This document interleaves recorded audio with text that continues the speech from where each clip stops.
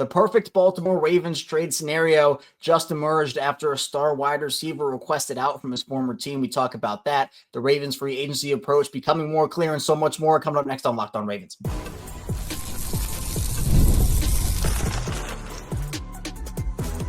You are Locked On Ravens, your daily Baltimore Ravens podcast. Part of the Locked On Podcast Network, your team every day.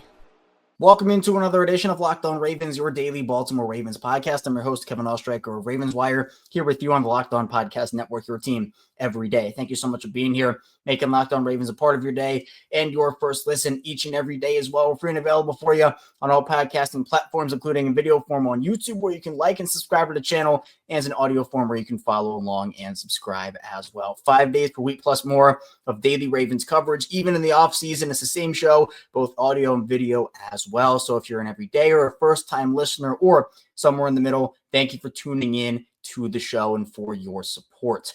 Free agency just now a couple days away. Legal tampering period begins on Monday. And while the Ravens might not be super active as they usually aren't over those first couple of days, maybe a move or two here and there, that doesn't mean that there won't be plenty of NFL action. There certainly already has been, and a perfect Ravens trade scenario has arisen. It's emerged after a star wide receiver did end up requesting a trade from his team. And it feels like with maybe a piece the Ravens potentially could want to move off of, we don't know that yet, it could make a lot of sense. That is DK Metcalf from the Seattle Seahawks. Talk about the whole situation, what the Ravens could trade for him, because it feels like a swap might make sense between DK Metcalf and then maybe a throw in a guy like Mark Andrews and some picks. So we'll talk about that conversation. Then we'll get into the Ravens free agency approach. It really seems like it's becoming more clear, at least in my eyes, and I'll explain what I mean in the second part of the show. And then we're getting into some free agents the Ravens should sign. There are a couple of guys that I have my eye on for this team and that are honestly kind of realistic. So we'll dive into that in the final part of the show. DK Metcalf is a really intriguing piece to me when you're talking about this Baltimore Ravens team.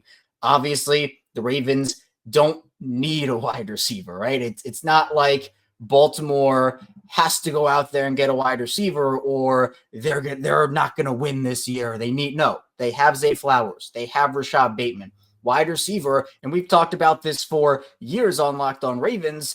Look, wide receiver was a big need for a really, really long time. But after hitting on Zay Flowers and after Rashod Bateman had the year he had last year, it's not that important. But feels like the Ravens could definitely use another wide receiver when it comes to maybe more of a depth piece. And obviously DK is not a depth piece. DK Metcalf is a star. DK Metcalf is one of the best wide receivers in this league. So adding him would essentially, in my opinion, make the Ravens offense a level of unstoppable we haven't even seen yet. But what would it take? When you talk about a DK Metcalf trade, what would it actually take to get DK Metcalf to the Ravens? Apparently, Josina Anderson said some teams already have been talking about third-round picks for DK Metcalf. Maybe teams will go higher. Maybe that's not the market for DK. But there is a Ravens player that obviously has been in a bunch of trade conversations this offseason, and that is Mark Andrews. And when you talk about Mark Andrews, a lot of people, myself included, have said probably the preferred option is to restructure, keep him on the team, and then probably go your separate ways after this upcoming year. But when there's a player like DK Metcalf on the table here, and the Ravens, depending on the money, that's going to be a big thing, and we'll get into that in a couple minutes, because again, if you're putting all of your cap space into a wide receiver, you have to make sure it is a perfect fit. And while I do think DK is exactly what the Ravens are looking for, is the acquisition of DK worth maybe losing out on Ronnie Stanley this offseason or not getting that game changer pass rusher potentially? Those are all questions that you do have to weigh. But for Mark, he's a player that if you don't bring him back, if you trade him, if you release him, you have to make up that production somewhere. And I think in this case, DK would make up that production and honestly more. And while I think that there is only one ball, this, that, and the other, you can only throw the ball with one person to play, right? All that stuff. I think a combination of DK Metcalf, Zay Flowers, and Rashod Bateman would be an absolutely deadly wide receiver trio. Now, does that mean that I think the Ravens should go all in for DK Metcalf, trade firsts, and, attach all these sweetener picks to Mark Andrews? No, absolutely not. I don't think that the Ravens should be in that conversation. But when looking at DK Metcalf, let's just talk about his salary situation right now, his money situation. DK's base salary is $18 million. Now, after that, he is an unrestricted free agent. So there is room for Baltimore to extend him. If they were to acquire DK Metcalf, right, if that was the move they were going to make, they could say, hey, we're going to extend you. Let's work together here to try to lower that cap hit, because then you could fit him under and you could still make a bunch of other moves to free up more cap to make other moves. But I think what's going to happen here, if it's realistic or not, is DK is going to have a pretty decent market, and teams like the Chargers are interested reportedly. Maybe the Bills make a run at him. There are going to be a bunch of other teams as well. But when you talk about a player, because Seattle's plan right now, I don't think they want to go into like a full-scale rebuild. This is still a good team. Obviously, Geno Smith is not like the quarterback of the future there. Seattle also did release Tyler Lockett, but Seattle also has had tight end problems for years now, years. And Mark Andrews would automatically become, this all-pro tight end one, best pass catcher on the team maybe. I know Jackson Smith-Njigba is a dude, but Mark Andrews, the career that he has had, right, he and JSN together would make a deadly duo. Plus, you can add another receiver if you're Seattle. If I'm Baltimore, if you're talking Mark Andrews and a 4th-round pick for DK Metcalf, I certainly would be on board with that. And maybe even it takes less, Mark in a 5th, maybe something along those lines. But it just depends here, because both guys will be free agents after next season. But if the Ravens, let's just say Mark Andrews out and DK Metcalf in, Isaiah likely seamlessly plugs into that tight end one role spot, and then you have a bunch of other pieces that you can work around here. Because what have I been saying? If you've been listening to me on the show, you know the answer already. But what have I been saying? What has everybody been saying about the type of receiver the Ravens need? It is a big-bodied, go up and get it type of wide receiver. It's exactly that. And that is what DK Metcalf is. If you don't know DK Metcalf, by the way, he's 6'4". He is a monster. He's someone that is just he's incredible. 235. He's exactly the prototype that you are looking for if you're the Ravens. Over the course of his career, he's been a Pro Bowler twice. Came in the league in 2019. The Ravens took Marquise Brown over him, took Marquise Brown over everybody, by the way. Marquise was the first receiver drafted, so A.J. Brown, Terry McLaurin, etc.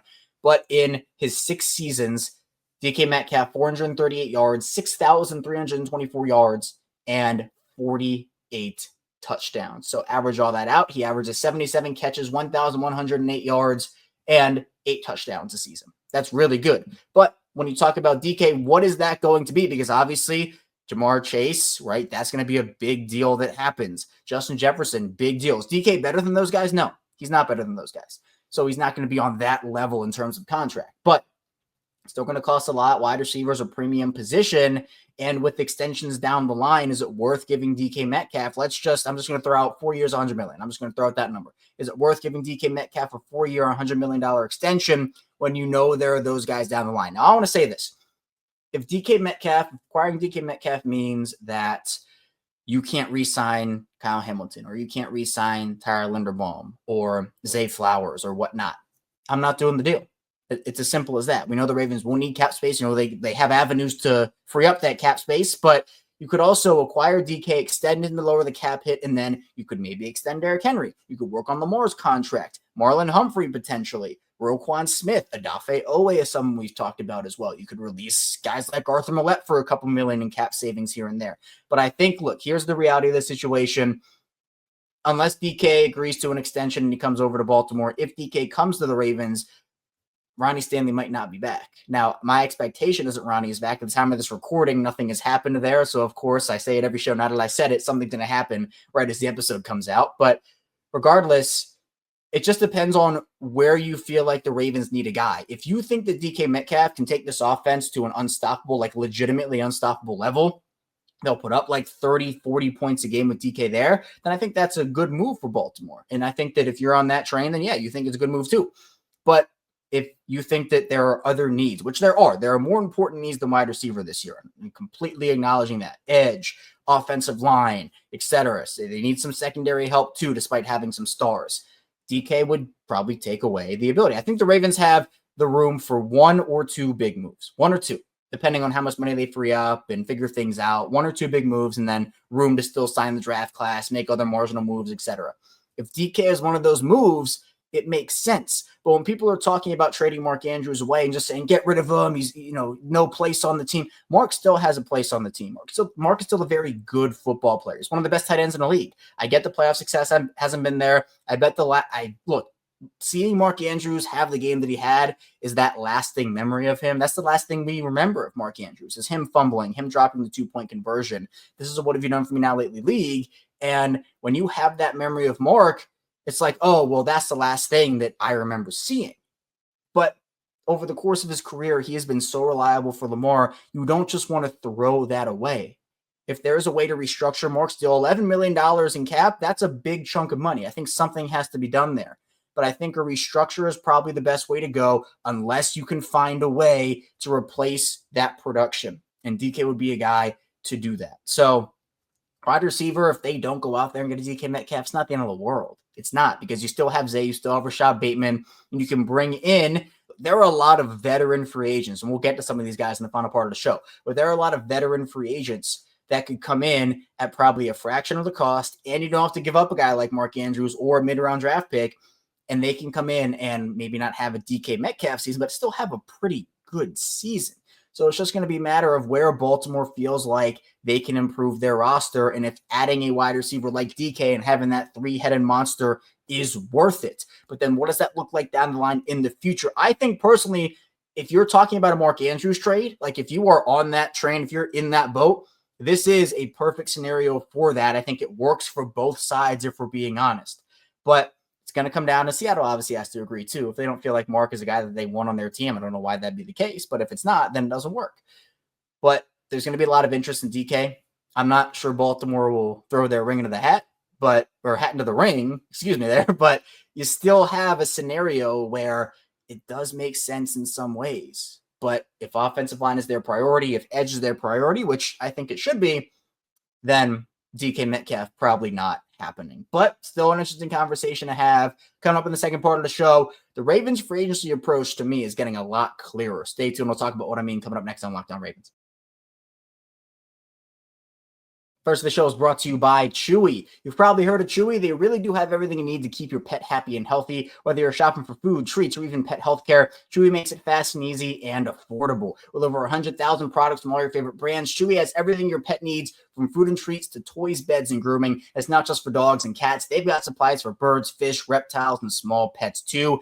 Chewy also makes it easy to manage your pet's health with prescriptions, telehealth vet visits, and even in-person vet clinics rolling out nationwide. AutoShip is a game changer. You can set up automatic deliveries for food, treats, or any essentials so you never run out. You can easily change or cancel at any time. And Chewy's customer service team is great. It makes managing pet care easier, and you never run out of essentials. You have easy access to vet care, and everything is delivered to your door. Chewy has everything you need to keep your pet happy and healthy. Right now, you can save $20 on your first order and get free shipping by going to chewy.com or clicking the link in the description. Save $20 on your first order with free shipping by clicking the link in the description. Minimum purchase required. New customers only. Terms and conditions apply. See site for complete details.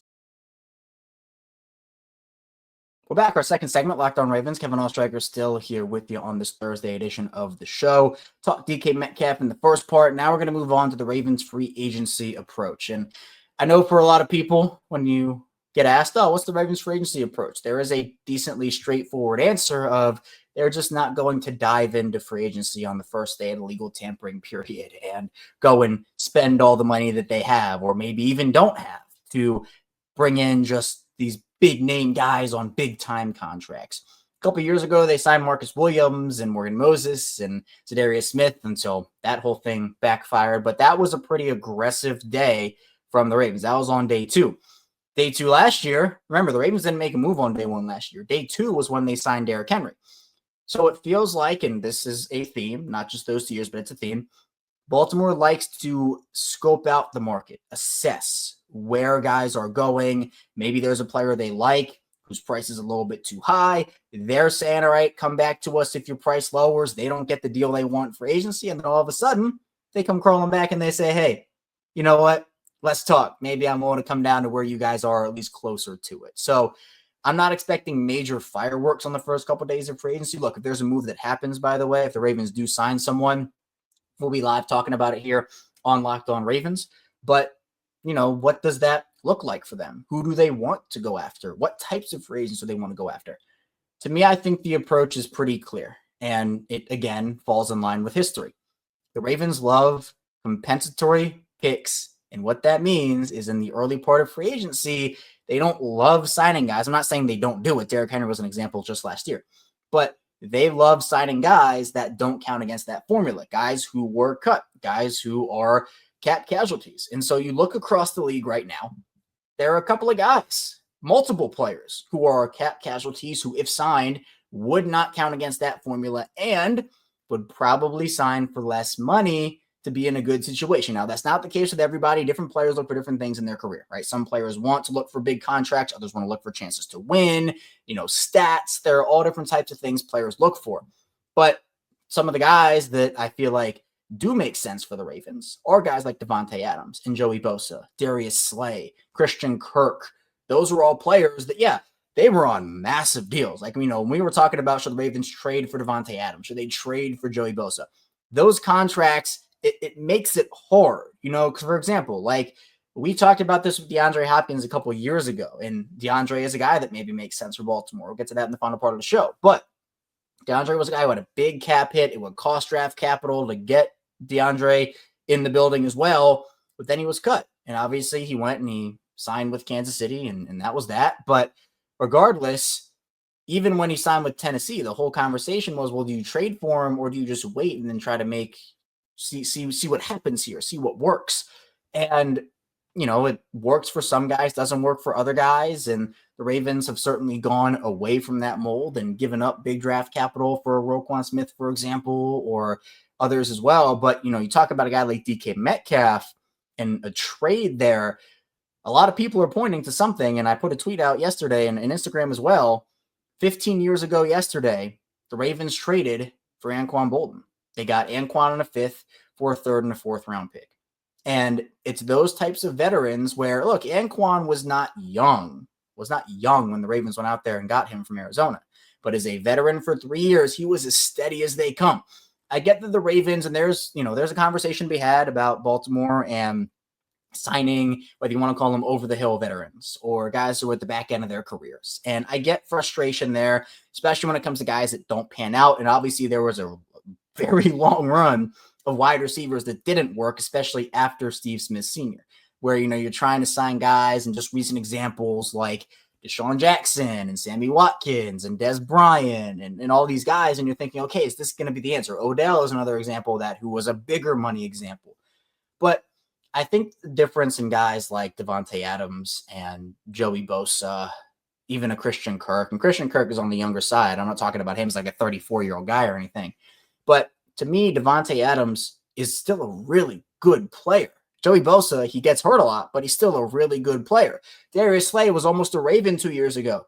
While he's not what he once was in Detroit, he still is somebody that could come in as a depth piece and be that like number 3 corner behind Marlon, Humphrey, and Nate Wiggins, even maybe split time. That's something that I feel like the Ravens are going to go after. I would not be shocked if we're here on Monday, Tuesday, whatever it is, talking about Darius Slay becoming a Raven. I wouldn't. But this is just what it is, where the Ravens want to have as many swings as possible.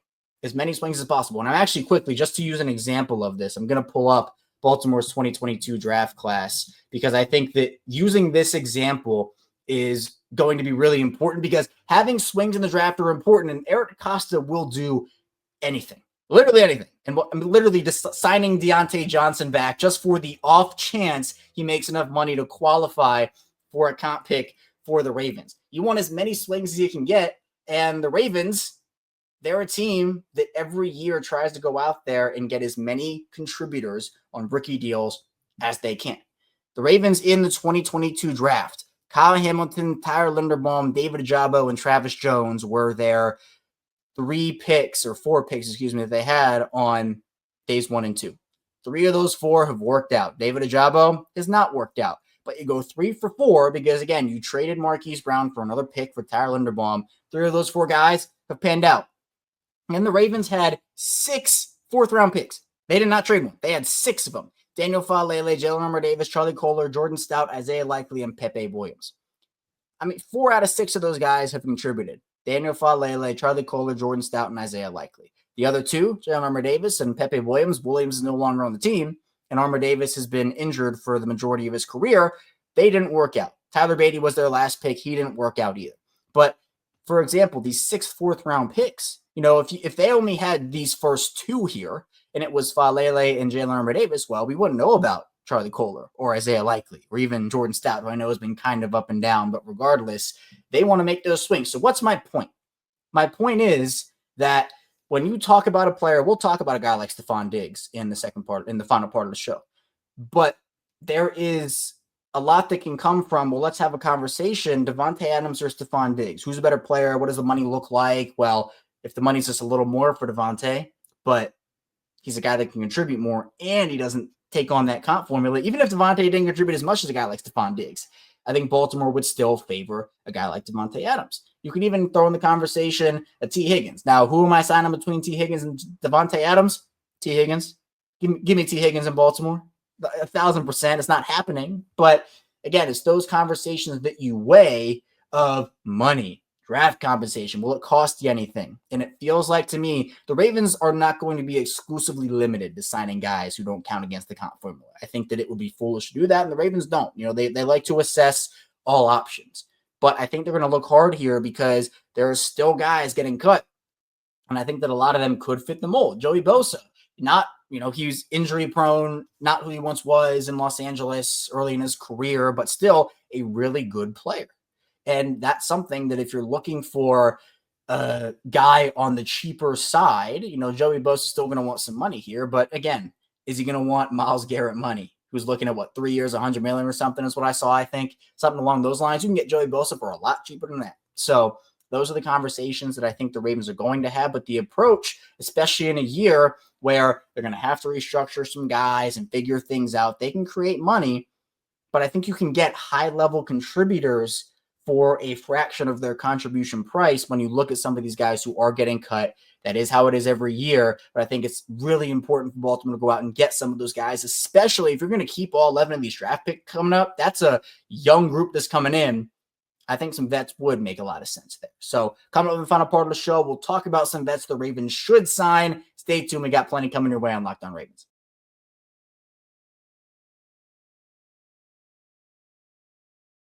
Back here on Locked On Ravens, Kevin Oestreicher still here with you, talking Ravens football. Really excited for free agency to start. I mean, it's one of my favorite times of the year, for being honest. It's just there's so much unpredictability and uncertainty, and guys are moving around left and right. Trades are happening, cuts are happening, signings. It really is fun. And again, for every signing there is for the Ravens, every big signing will be here live talking about it on Locked On Ravens. Hopefully a very fun offseason ahead. I know it's been very tumultuous so far, but hopefully things slow down there and get more fun. Let's talk about some guys who the Ravens could sign. And actually, speaking of maybe a guy, backup quarterback, cap casualty, how about some Gardner Minshew?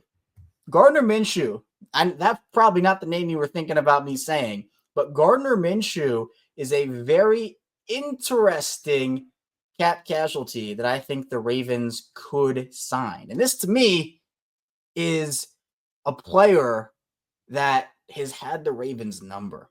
Gardner Minshew has been a thorn in the Ravens side. Absolute thorn. Obviously, 2 years ago, lost to him as the quarterback of the Colts. Then he goes to Las Vegas. Week 2, he beats the Ravens. I feel like this is a match made in heaven. I do. And I want to talk about this more a little bit tomorrow as well. But Gardner Minshew just feels like a guy that the Ravens are looking at upgrading at backup quarterback. Minshew, I think, fits a little bit of what the Ravens want to do at that position. He's won games. I think that if you talk about a drop-off from Lamar to Gardner Minshew, yeah, he's not Lamar Jackson, not even close. But if Lamar misses time for 6 weeks and you want Gardner Minshew to keep you afloat and maybe go 4-2, 3-3, I think Gardner can do that as opposed to a worse option that maybe goes 1-5, right? I think that could happen. So Gardner's a really intriguing player. And I feel like, look, if the Ravens can't beat him, just go and sign him. Just go and have him on your team, have him on your side. So Gardner's really intriguing. So that's to kind of put a bow on the second segment conversation here. But some other guys that I think are really interesting for the Ravens, and even if you want to go back to the wide receiver conversation, Keenan Allen is one that's interesting. I mentioned Stephon Diggs. He could be somebody that honestly gets a look from Baltimore at the wide receiver spot. I mean, you also have other players that they could take a look at. Maybe Amari Cooper. Could they bring Marquise Brown back? I mean, you get further down the list, and it's guys like Josh Palmer. Maybe they bring back DeMarcus Robinson. That could be an option. DeMarcus has really established himself in Los Angeles. Tyler Lockett, DeAndre Hopkins. I could see DeAndre Hopkins honestly coming to the Ravens. But again, these are all guys that would count against the comp pick formula. Offensive line is just really difficult. I mean, it feels like it's Ronnie Stanley or bust there. I mean, if you want to talk about other guys they could sign, Tyron Smith, but he's old and he gets injured a lot. Maybe they take a chance on Trent Brown. But again, another guy who gets injured a lot. Jedrick Wills, literally the same story. I mean, Dan Moore from Pittsburgh. Maybe the Ravens do a reverse Ravens-Steelers swap and bring Dan Moore over. But these are all only situations that happen if Ronnie Stanley leaves. And again, nothing has happened at the time of this recording. So if Ronnie resigns and you're listening to this, then just throw everything out the window, right? There have been reports and rumors that Ronnie might go to the Chiefs if he hits free agency and there's no deal done with the Ravens. We'll see. But, I mean, offensive line, they're going to have to adjust. Maybe they just bring back Morgan Moses. Maybe we're just full Ravens reunion tour, right? We go Marquise Brown, Morgan Moses, brings a Darius Smith back into the fold. Just get everybody back in here if you want to play that game. Matt Judon's a free agent as well. That could be something. I think when you talk about the edge guys, we talked about Joey Bosa, his running mate Khalil Mack, who is a free agent. He's 34. Maybe that's a guy. I think, though, one guy who really intrigues me is Azeez Ojulari. He got injured and missed the final handful of weeks of the year with a toe injury, but 25 years old. I think he fits the Ravens timeline. And I think that while he might get a decent deal in free agency, he's 25 years old. And I think that with that and the timeline fit, that does make sense. I think Baltimore should try to make a run at Azeez Ojulari. I know there were rumors and rumblings with him being a free agent. Could he get moved at the deadline? Last season, it never happened, but he's someone we talked about on the show as a potential guy that they could have gone after. So we'll see what happens there. In terms of like the secondary, I know there are more like I know people have linked Tyrann Mathieu to the Ravens, obviously with Baltimore's new safety secondary guy in there from Kansas City. Justin Reed is an option for them, but I don't think they have to spend terribly big at that position in free agency. Javon Holland would be so cool, awesome in this Ravens defense, but him being only 25, he didn't have a great year last year, but still he's had a very successful start to his career. I think that he'll get some good money there. Maybe the Ravens sign like Javon Merrick, former Raiders safety that is very good in run defense coverage, not so much, but he's someone that I have my eye on. Justin Simmons, maybe he takes a lesser reduced role. That could be an option. Jeremy Chin is a do-it-all player. You could kind of fit him in the box if you wanted to, and maybe move Kyle Hamilton around, or you could put him back and move Kyle Hamilton around himself. There are options there. Tyrann Mathieu, that is an option for the Ravens as well. People have linked the Ravens to him. Andre Sisco, still 25, had a really bad year last year, but maybe the Ravens take the dip and they go out there and get him. And again, let's just bring the Ravens back, by the way. Chuck Clark. Let's just bring back Chuck Clark. Let's bring back everybody who's a former Raven there. Again, other than that, in terms of positions, if you want to look at corners, I mean, you can. I think that Mike Hilton would be awesome as a slot guy. I know that the Ravens can do a lot. Mike Hilton's been he's my favorite slot corner in the league. I think he's amazing. I think that he's someone that if the Ravens do want to put Marlon on the outside full time or whatnot, you could sign a guy like Mike Hilton. I think Arthur Millette, again, it was disappointing what happened to him. And, it could be just a situation of what the Ravens want out of that position in general. So that's an intriguing one. We've mentioned guys like Darius Slay. Sante Samuel Jr. has been a decent disappointment outside of his amazing 2023 season. So maybe he's an option. Russell Douglas, Dante Jackson. So there are a lot of options. I do think Darius Slay makes the most sense for Baltimore. He's going to play another year. He is 34, but I don't think you need to have like a star. Like if you're trading a first for Jair Alexander, you don't need to do that. I think Darius Slay does make sense as a rotational piece. I think he is better than a Brandon Stevens, and I think you can rely on him, Nate Wiggins, and Marlon Humphrey to form a pretty good cornerback trio. So a lot of different options for the Ravens. We'll continue going over it over the course of these next handful of days as free agency approaches. And of course, we'll have all the Ravens coverage you need here on Locked On Ravens. So that's all I have for you here today on Locked On Ravens. Thank you so much for tuning into the show. Coming up tomorrow, more Ravens coverage to round out the week. So be sure to stay tuned. We'll see you right back here tomorrow on Locked On Ravens.